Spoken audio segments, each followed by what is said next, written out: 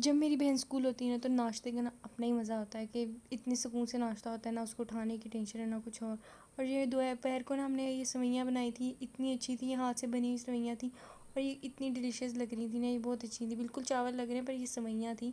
और ये जो है ना मेरे डैड ये बिस्किट वगैरह लेके आए थे तो ये ना खोले तो थोड़े पिघले हुए थे, तो मैंने फ्रीज़र में रख के ना इनको जमा लिया। और ये जो है ना इसके अंदर बिस्किट है और ये बचपन में ऐसे कुछ खाती होती थी और ना वो बचपन में ना बहुत टेस्टी लगता होता था, पर अभी इतना टेस्टी नहीं लगा, ऐसे शुगर कोटिंग से लग रही थी ऊपर, पर अच्छा था। फिर नहीं खाऊंगी शायद कभी। और ये मैंने शाम को सोचा मैं ना थोड़ी क्रोशेटिंग कर लेती, तो क्रोशेटिंग में क्या था, मैंने छोटा सा पाउच बनाने का सोचा, तो ऐसे दो मैंने आगे फ्रंट और बैक बनाई। और ये जो है मैंने इसका साथ में इनको जोड़ने के लिए बनाया है दरमियान में हिस्सा।